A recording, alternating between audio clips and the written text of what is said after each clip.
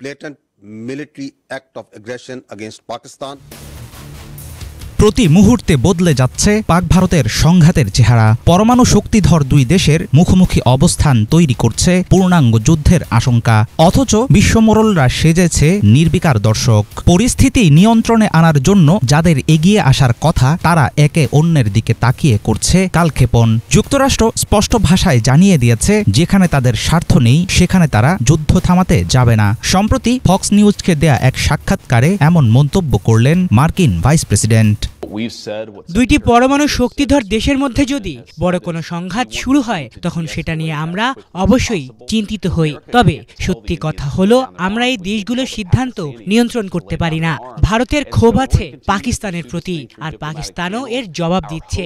আমরা তাদের শান্ত হওয়ার জন্য উৎসাহ দিতে পারি, কিন্তু আমরা এমন যুদ্ধে হস্তক্ষেপ করব না যেখানে আমাদের কোনো স্বার্থ নেই, আর এটা নিয়ন্ত্রণ করাও আমাদের পক্ষে সম্ভব নয়। সেটা যুক্তরাষ্ট্র করবেও না।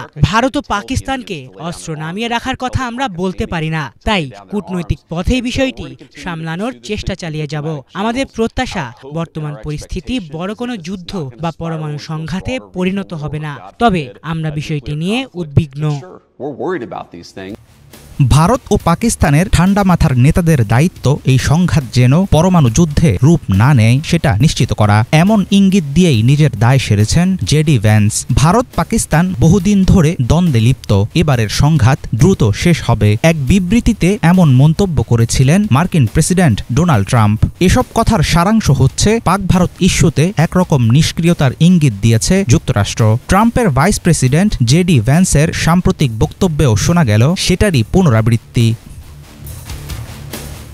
পাক ভারত ক্রমবর্ধমান উত্তেজনায় অন্য বিশ্বশক্তিরাও সমান নীরব। পাকিস্তানের দীর্ঘদিনের মিত্র চীন এখনও পর্যন্ত শুধু উদ্বেগ প্রকাশ করে সংযমের আহ্বান জানিয়েছে। নিরপেক্ষ বিবৃতিতে সীমাবদ্ধ থেকেছে রাশিয়া। শান্তিপূর্ণ আলোচনার কথা বললেও বাস্তব কোনো উদ্যোগ নেয়নি ইউরোপীয় ইউনিয়ন। কূটনৈতিক নীরবতা পালন করছে মধ্যপ্রাচ্যের দেশগুলো। এই যুদ্ধোন্মুখ পরিস্থিতিতে এখন পর্যন্ত নিরাপত্তা পরিষদের কোনো জরুরি বৈঠকের আয়োজন করেনি জাতিসংঘ।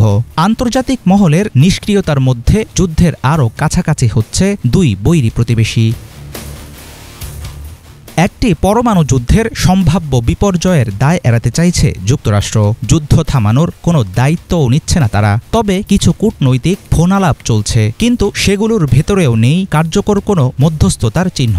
রাজনৈতিক বিশ্লেষকরা বলছেন ভারত পাকিস্তান সংঘাতে এবারই প্রথম যুদ্ধ থামানোর জন্য কোনো তৃতীয় পক্ষ নেই। এর জেরে অজানা দুর্যোগের দিকে যাচ্ছে গোটা পরিস্থিতি। হাফিজুল ইসলাম, বাংলা ভিশন।